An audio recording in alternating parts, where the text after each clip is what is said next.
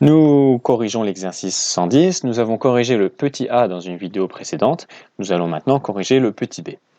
Je rappelle qu'on a dit des choses assez importantes dans la vidéo précédente. On a passé beaucoup de temps à faire un point de méthodologie en disant, quand on lit un problème, quelle est la méthode qu'on utilise? Et on a vu qu'il y avait une méthode pour l'exercice de type 114, quel est le maximum, et une méthode pour les exercices type 112 et 113 de type quelle est la meilleure offre, quel est le meilleur choix, et qu'on utilisait dans ce problème la même méthode, parce que dans ce problème, on voyait une expression que l'on peut convertir en équation, et que ça se résout de la même façon.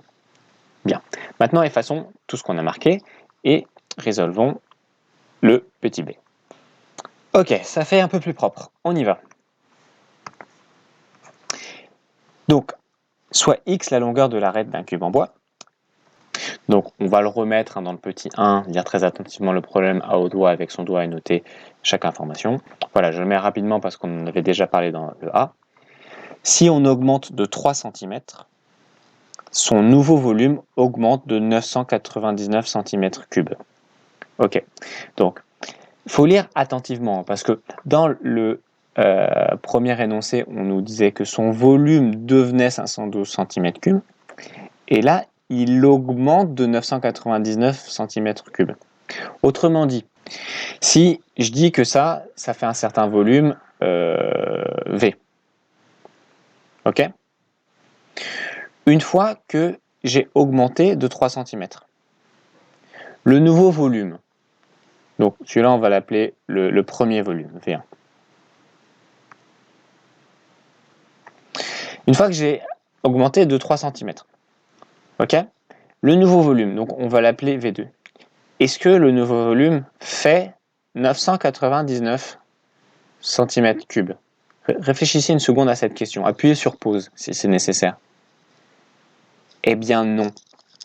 Le nouveau volume ne fait pas 999 cm3. On nous dit qu'il augmente de. Alors c'est subtil, mais voilà pourquoi c'est important de lire l'énoncé à haute voix, avec son doigt, très attentivement, parce qu'on voit ce genre de petites différences quand on le fait. Donc le nouveau volume, en fait, c'est l'ancien volume, auquel on rajoute, donc plus, les 999 cm3. Alors, on passe à l'étape numéro 2, faire des tests au brouillon. Donc je vais aller un petit peu rapidement parce qu'on a fait le gros du travail précédemment sur la question A, comme ça ressemble quand même un petit peu, on va aller vite.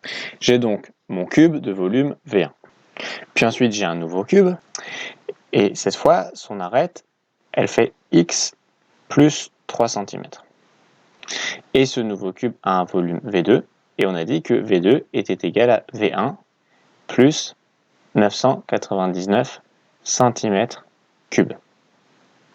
Voilà, donc là on en est ici pour l'instant, et puis ensuite quand on va faire la question 3, trouver l'inconnu en se demandant on cherche quoi, qu'est-ce qui varie, il n'y a pas besoin de le faire, on sait que l'inconnu c'est x, et ensuite quand on fera la 4, poser puis résoudre l'équation, on va avoir besoin de voir x apparaître quelque part. Alors on va chercher à transformer un petit peu ça pour pouvoir voir apparaître l'inconnu. Alors V1, eh ben, comment on peut l'exprimer en fonction de x? Eh ben, V1, c'est x fois x fois x, longueur fois largeur fois hauteur. Donc V1, je peux le remplacer par x fois x fois x. Et V2, comment je l'exprime? Eh ben, c'est longueur fois largeur fois hauteur, ou profondeur fois hauteur si vous préférez. Et donc cette fois, ça va être x plus 3 fois x plus 3 fois x plus 3. Autrement dit, x plus 3 au cube. Et bien en fait, là, j'ai tout ce qu'il faut maintenant pour pouvoir poser puis résoudre l'équation. En fait, là, tout ça, c'est la même chose. Je mets un égal. Tout ça, c'est la même chose. Et donc, il ne me reste plus qu'à marquer mon 999. Et voilà, j'ai une équation. Alors, ici, je peux simplifier un petit peu en disant que c'est x au cube. Et on peut attaquer la suite. Donc, on a fait la 1, on a fait la 2. La 3, trouver l'inconnu, on avait déjà dit qu'on la connaissait déjà, c'était x. Et du coup, la 4, poser puis résoudre l'équation. Et bien, ça y est, on l'a, notre équation. C'est donc, je recopie, x plus 3 au cube est égal à x au cube plus 999. Alors là, on a une équation qui est un petit peu compliquée. Alors, là, je vois pas très bien comment faire, donc ce qu'on va faire, quand on ne sait pas, on développe. Alors, on y va, on développe. X plus 3 au cube. C'est donc x plus 3, facteur de x plus 3, facteur de x plus 3, égale x au cube plus 999. Alors, on va commencer par développer ça. X fois x, ça fait x au carré. X fois 3, ça fait 3x. X fois 3, ça fait 3x. Et 3 fois 3, ça fait 9.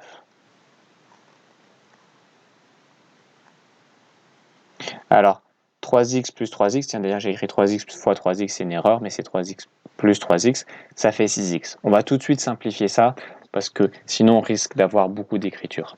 Je l'efface, et donc on a dit que ça faisait 6x.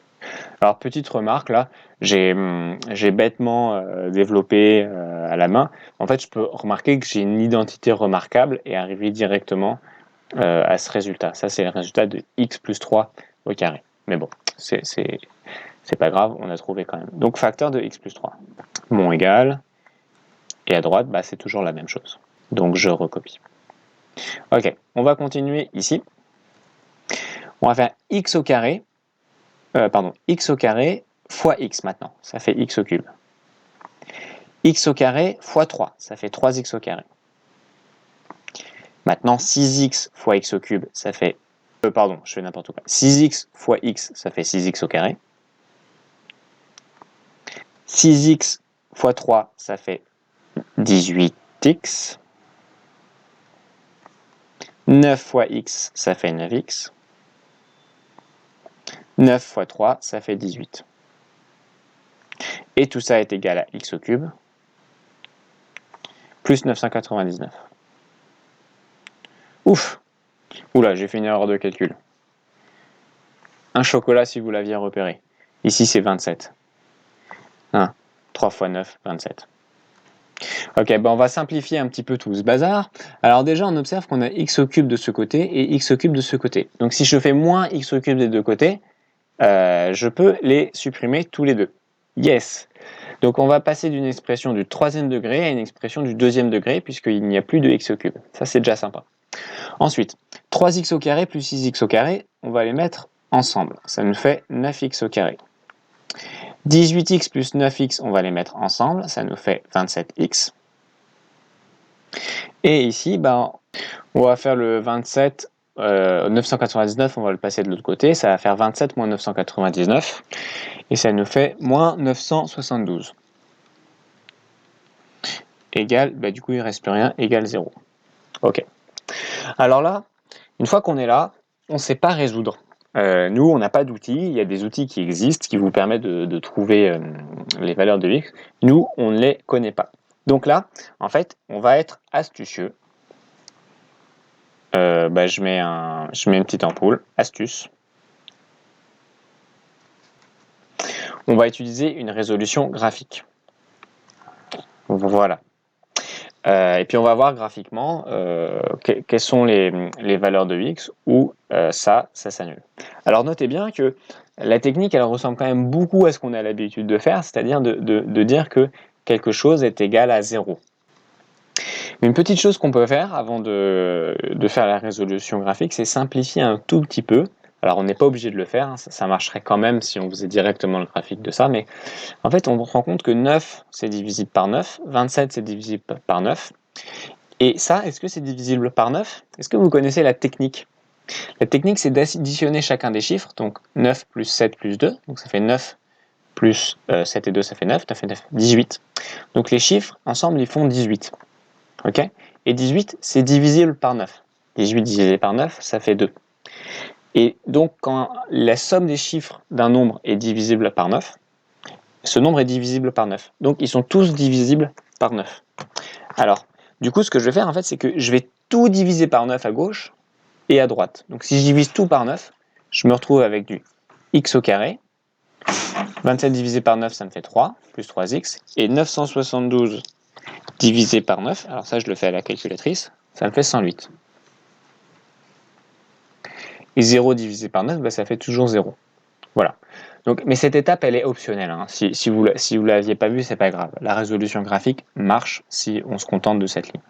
Alors, on va rentrer ça dans notre calculatrice, cette fonction, et puis on va voir ce que ça nous donne. Alors, c'est parti. Je vais rentrer ici la formule qu'on avait. X au carré plus 3x moins 108. Alors, on va dézoomer un petit peu.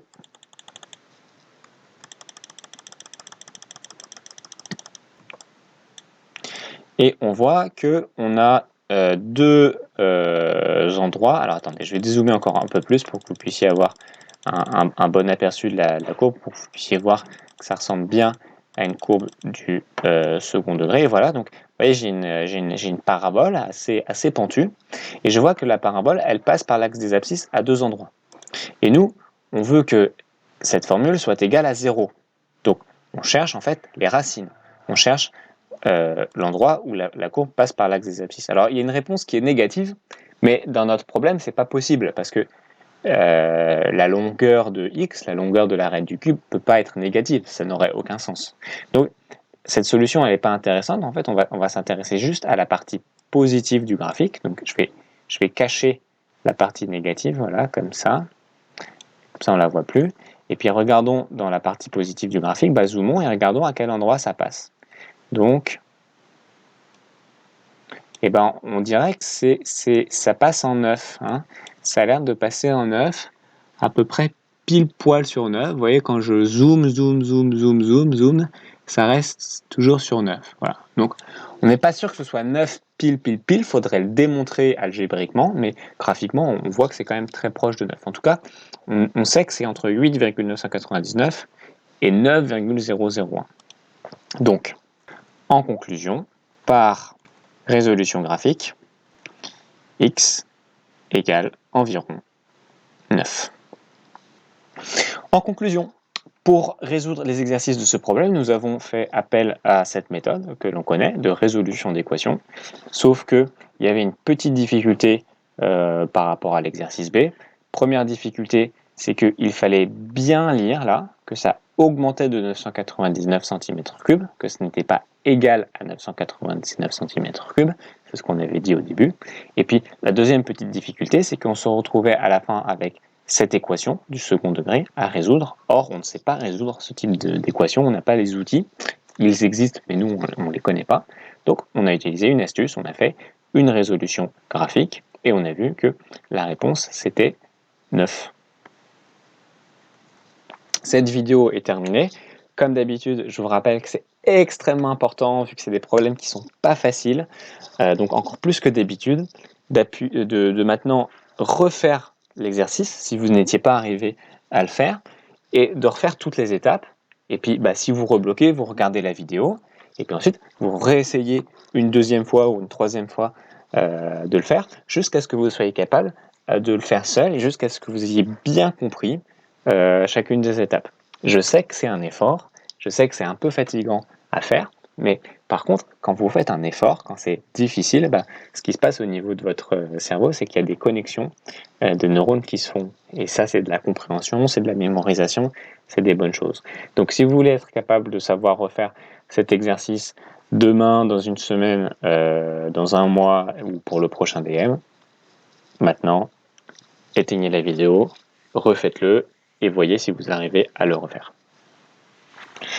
Voilà, donc c'est un exercice difficile, mais bon courage, avec de la persévérance, vous allez y arriver.